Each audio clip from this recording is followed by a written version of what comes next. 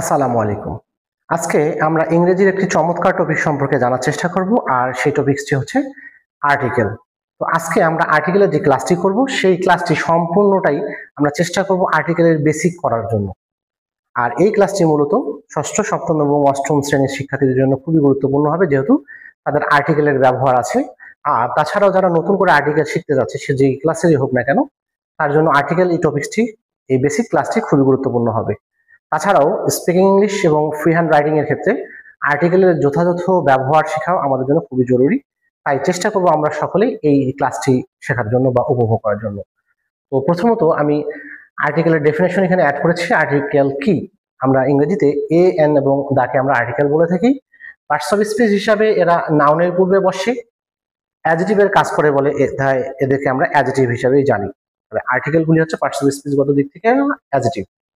ওকে, তো এরা বসে কোথায়? আমরা আগেও বলেছি এরা পার্টস অফ স্পিচ হিসাবে নাউনের পূর্বে বসে, অর্থাৎ আর্টিকেল বসে শুধুমাত্র নাউনের সামনে। এবং সেই নাউনটা কোন নাউন হবে? আর্টিকেল শুধুমাত্র কমন নাউনের সামনে বসে। যদি আমরা বাক্যের মধ্যে দেখি যে অন্য কোনো নাউনের সামনে আর্টিকেল বসেছে, তাহলে আমরা সেই নাউনটিকে কমন নাউন হিসাবেই শনাক্ত করব। ওকে, আমরা কয়েকটা এক্সাম্পল দেখি। এখানে তিনটি এক্সাম্পল আছে। তো এক্সাম্পলগুলি কি কি ছিল? একটি হচ্ছে ইমরান ইটস অ্যান আপেল। দ্বিতীয় ছিল Imran is a teacher, the boy is a good student, the boy is a good student. তো আমরা যদি একটু লক্ষ্য করে দেখি যে আপেলের সামনে আমরা এখানে অ্যান ব্যবহার করেছি, অর্থাৎ আর্টিকেল ব্যবহার করেছি। টিচারের সামনে আমরা এ ব্যবহার করেছি, বয়ের সামনে আমরা দা ব্যবহার করেছি। কিন্তু এইখানে একটা গন্ডগোল আছে, স্টুডেন্ট এখানে আছে কিন্তু স্টুডেন্টের সামনে গুড ছিল, এখানে আমরা আর্টিকেল ব্যবহার করেছি। তো আমরা জানলাম যে আর্টিকেল মূলত বসে নাউনের সামনে। আপেল নাউন, আর্টিকেল বসেছে। টিচার নাউন, আর্টিকেল বসেছে। বয় নাউন, আর্টিকেল বসেছে। কিন্তু এখানে গুড তো নাউন না, কিন্তু এখানেও আর্টিকেল বসেছে। এটা কেন হলো? যদি আমরা একটু খেয়াল করার চেষ্টা করি, তাহলে দেখবো এই গুডের পরে কিন্তু নাউন আছে। অর্থাৎ একটা নাউনের সামনে যদি অ্যাডজেক্টিভ চলে আসে, তাহলেও তার পূর্বে আর্টিকেল বসতে পারে, বা অ্যাডভার্বও যদি চলে আসে আর্টিকেল বসতে পারে। আর্টিকেল বসার মূল সত্য হচ্ছে শেষে হলেও একটা নাউন শব্দ থাকতে হবে। তো আমরা দেখছি যে বাক্যটার শেষে হলেও নাউন শব্দ আছে, স্টুডেন্ট পরে হলেও আছে, তার সামনে অ্যাডজেক্টিভ আসছে, তাই এখানে আর্টিকেল বসছে। অর্থাৎ আর্টিকেল নাউন ছাড়া অন্য কোথাও, নাউনের সামনে ছাড়া কোথাও বসতে পারে না। তো আমরা একটু লক্ষ্য করার চেষ্টা করি। ব্যবহার অনুসারে এই আর্টিকেল গুলাকে আমরা তিনটি ভাগে ভাগ করছি। ব্যবহার অনুসারে আমরা আর্টিকেল গুলাকে তিন ভাগে ভাগ করছি। আমরা তিনটা ভাগের নাম আগে জানার চেষ্টা করব। একটি হচ্ছে ইনডিফিনিট, অনির্দিষ্ট, যার অর্থ অনির্দিষ্ট। একটা হচ্ছে ডেফিনিট, নির্দিষ্ট। আরেকটি হচ্ছে জিরো আর্টিকেল, এটি হচ্ছে জিরো আর্টিকেল। ওকে, আমরা আগে ইনডিফিনিট আর্টিকেল সম্পর্কে একটু জানার চেষ্টা করি যে ইনডিফিনিট আর্টিকেল কি। তাহলে ইনডিফিনিট আর্টিকেল হচ্ছে এ এবং অ্যান কে আমরা ইনডিফিনিট আর্টিকেল বলে থাকি, এ অ্যান। কারণ এরা কোনো অনির্দিষ্ট ব্যক্তি, প্রাণী ও বস্তুকে বোঝায়। এরা অনির্দিষ্ট কোনো ব্যক্তি, প্রাণী বা বস্তুকে বোঝাবে। Singular countable noun, countable noun আমরা আগেও শিখেছিলাম, যে নাউনগুলোকে গণনা করতে পারি সেগুলো নাউনকে আমরা কাউন্টেবল নাউন বলছি। তাই সিঙ্গুলার কাউন্টেবল নাউনের সামনে এরা বসে। অর্থগত দিক থেকে এ এবং অ্যান এর মধ্যে কোনো পার্থক্য নেই, দুইটার অর্থ একই। তবে ব্যবহারের দিক থেকে এদের মধ্যে কিছু পার্থক্য আছে, এর ব্যবহারের গত কিছু পার্থক্য আছে। তো আমরা দেখব যে ইনডিফিনিট আর্টিকেলের ব্যবহারের নিয়ম, এটা কিভাবে ব্যবহার করতে হয়। তো শব্দের প্রথম অক্ষরের উচ্চারণ অনুযায়ী আমরা এ এন ব্যবহার করার চেষ্টা করব। যে শব্দটার পূর্বে আমরা আর্টিকেল ব্যবহার করব, সেই শব্দের যে প্রথম অক্ষরটা থাকবে তার উচ্চারণের উপর ভিত্তি করে আমরা এ এন ব্যবহার করব। তো আমরা বেসিক দুটো রুলস এখানে লিখেছি। এ বসে যদি শব্দটি ব্যঞ্জন ধ্বনি অর্থাৎ কনসোনেন্ট সাউন্ড দিয়ে শুরু হয়, যেমন বুক, বিটা কনসোনেন্ট সাউন্ড, আমরা এ ব্যবহার করেছি। টিচারের টিটা কনসোনেন্ট সাউন্ড, তাই আমরা এই ব্যবহার করেছি। ডক্টরের ডিটা কনসোনেন্ট সাউন্ড, আমরা এ ব্যবহার করেছি।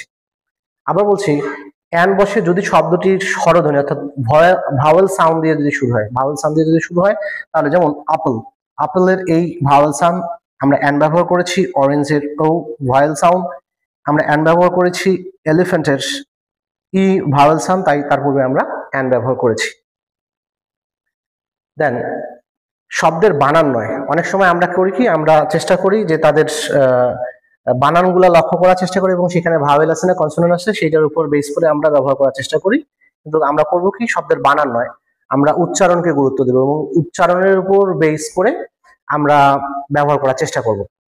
আমরা এ বা অ্যান ব্যবহার করার চেষ্টা করব। আমরা রুলস এখানে 1 নাম্বার রুলস দেখি। যদি রুলসে আমরা বলেছি কোনো ভাওয়েলের উচ্চারণ, বিশেষ করে ইউ বা ইউ বা ইডাব্লিউ এর উচ্চারণ যদি ইউ এর মতো হয়, তাহলে এর পূর্বে অ্যান এর পরিবর্তে আমাদেরকে এ বসাতে হবে।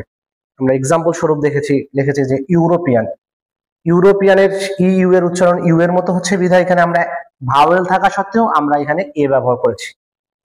ওকে, আমরা আরেকটা রুলসে যদি এখানে লক্ষ্য করে দেখি, ও এর উচ্চারণ, ও ইংলিশ ও এর উচ্চারণ যদি ওয়াই এর মতো হয়, অর্থাৎ কনসোনেন্ট সাউন্ডের মতো হলে এর পূর্বে আমরা অ্যান না বসিয়ে এ বসাবো। যেমন 1 টাকা নোট।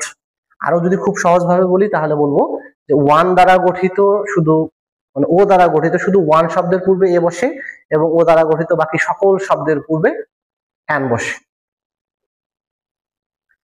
পরের রুলসে যদি আমরা একটু লক্ষ্য করে দেখি তাহলে দেখব কোন শব্দের প্রথমে যদি এইচ অক্ষরটি অর্থাৎ কনসোনেন্ট হওয়া সত্ত্বেও যদি এটি সাইলেন্ট থাকে অর্থাৎ অনুচ্চারিত থাকে, তাহলে আমরা কি করব, তাহলে এই এইচ এর উচ্চারণ হয় এর মতো হয়, না হয় অ এর মতো হলে তবে তার পূর্বে আমরা এ না বসিয়ে অ্যান বসিয়ে দিব। অর্থাৎ বাক্যের মধ্যে বা ওয়ার্ডের মধ্যে যদি এইচ অনুচ্চারিত থাকে, উচ্চারণ না হয়, তাহলে তার সামনে আমরা এ বসাবো না, আমরা অ্যান বসাবো। যেমন এখানে এয়ার উত্তরাধিকারী, এখানে এইচ উচ্চারিত হচ্ছে না বিধায় আমরা এখানে অ্যান ব্যবহার করেছি। অনেস্ট ম্যান, অনেস্টের এইচ উচ্চারণ হচ্ছে না বিধায় আমরা এখানে অ্যান ব্যবহার করেছি। পরের রুলসটা যদি আমরা দেখি একটু খেয়াল করে, এটা হচ্ছে যে ডেফিনেট আর্টিকেল। আমরা ডেফিনেট আর্টিকেল সম্পর্কে জানবো। ডেফিনেট আর্টিকেল হচ্ছে এমন একটি আর্টিকেল যা নাউনের আগে বসে এবং সেই নাউনটিকে নির্দিষ্ট বা পূর্ব পরিচিত কিছু বোঝায়। ইংরেজিতে একমাত্র ডেফিনেট আর্টিকেল হলো দা, যাকে আমরা ডেফিনেট আর্টিকেল বলছি। তো এই ডেফিনেট আর্টিকেল গুলোর ব্যবহার সম্পর্কে আমাদের জানতে হবে যে ডেফিনেট আর্টিকেল ব্যবহারের নিয়ম কেমন। তো নির্দিষ্ট কিছু বোঝাতে আমরা ডেফিনেট আর্টিকেল ব্যবহার করে থাকি। আমরা এক্সাম্পল দেখি, যেমন গিভ মি দ্য বুক। এখানে বুক বলতে একটা বইকে লক্ষ্য করে বা নির্দিষ্ট করে আমরা যখন বোঝাতে চাই সেটাকে তখন আমরা তার সামনে দা ব্যবহার করবো। দ্যাট আই গেভ ইউ, আমি ওই বইটা চাচ্ছি যেটা তোমাকে আমি দিয়েছিলাম। তাহলে নির্দিষ্ট কিছু বোঝাতে আমরা তার পূর্বে দা ব্যবহার করি। দ্বিতীয়ত এখানে আমরা লিখেছি যেটি একটি আছে পৃথিবীতে যে জিনিসগুলি একটি মাত্র আছে সেটির পূর্বে আমরা দা ব্যবহার করি। যেমন উদাহরণ যদি আমরা একটু লক্ষ্য করে দেখি, আমরা লিখেছি দা সান, সূর্য পৃথিবীতে একটাই আছে তাই দা ব্যবহার করেছি। দা মুন, পৃথিবীতে একটি আছে তাই দা ব্যবহার করেছি। দ্য স্কাই, একটি আছে আমরা দা ব্যবহার করেছি। দি আর্থ, পৃথিবীও একটি আছে তাই আমরা তার পূর্বে দা ব্যবহার করেছি। 3 নম্বর যদি রুলসটা আমরা একটু দেখি, কোন সাগর, নদী, পাহাড়মালা, মরুভূমি, মহাসাগর ইত্যাদি এর আগে আমরা দা ব্যবহার করি। যেমন দা পদ্মা নদীর নাম, দা হিমালয়স হিমালয় একটা পর্বতের নাম, দা সাহারা মরুভূমির নাম, দা প্যাসিফিক ওশেন মহাসাগরের নাম। এই যে এই নামগুলোর পূর্বে সবসময়ের জন্য আমরা দা ব্যবহার করব। আমরা যদি 4 নম্বরে দেখি, কোনো বিশেষ স্থান, দিক বা বাদ্যযন্ত্রের আগেও আমরা দা ব্যবহার করি। যদি দেখি আমরা দা কাশ্মীর, এটা একটা বিশেষ স্থান, আমরা পৃথিবীর ভূস্বর্গ নামে চিনি তাই তার পূর্বে আমরা দা ব্যবহার করেছি। দি ইস্ট, দিকের নাম, আমরা দা ব্যবহার করেছি। দা পিয়ানো, একটা বাদ্যযন্ত্রের নাম, তার পূর্বে আমরা দা ব্যবহার করেছি। আর কোথায় কোথায় ব্যবহার করি দা? আচ্ছা, যদি একটু লক্ষ্য করে দেখি 5 নাম্বার, একই ধরনের কিছু বোঝাতে, অর্থাৎ এটা যখন আমরা কোনো কমন নাউন ব্যবহার করি আর কি। এখানে উদাহরণ দেখলে বুঝতে পারবো। The cow is a useful animal. এই কাউ বলতে পুরা গরু জাতিকে, শুধু একটা গরু আমাদের জন্য ইউজফুল না, সব গরু অর্থাৎ পুরা গরু জাতিটা আমাদের জন্য উপকারী। সেক্ষেত্রে আমরা মানে একই ধরনের কিছু বোঝানোর জন্য আমরা তার পূর্বে আমরা দা ব্যবহার করে থাকি। দেন 6 নাম্বার, দেশের নামের আগে, কিছু দেশের নামের আগে ইউনাইটেড, রিপাবলিক, কিংডম ইত্যাদি থাকলে আমরা তার পূর্বে দা ব্যবহার করি। যেমন the United States, the United Kingdom, the Netherlands. ওকে, কোন সুপারলেটিভ ডিগ্রি এর আগে, আমরা যখন ডিগ্রি পড়েছি আমরা জানি যে ডিগ্রি মূলত 3 ধরনের হয়, একটা পজিটিভ, কম্পারেটিভ এবং সুপারলেটিভ। যখন আমরা সুপারলেটিভ ডিগ্রি ব্যবহার করব তখন সুপারলেটিভ ডিগ্রির সামনে আমরা দা ব্যবহার করি।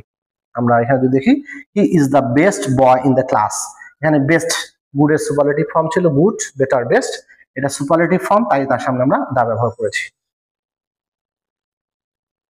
দ্বিতীয়বার উল্লেখিত নাউন, অর্থাৎ একটি নাউন যদি পুনরায় উল্লেখ করে তা নির্দিষ্ট হয়ে যায় তখন তার পূর্বে দা বসে। আমরা কোনো প্যাসেজের মধ্যে যদি একটি নাউনকে পূর্বে দেখি এবং পরবর্তীতে আবারও যদি সেই নাউনটি আসে তাহলে সেটি নির্দিষ্ট হয়ে যায়, তখন তার পূর্বে আমাদের দা ব্যবহার করতে হয়। আমরা এক্সাম্পল দেখি তাহলে বুঝতে পারবো।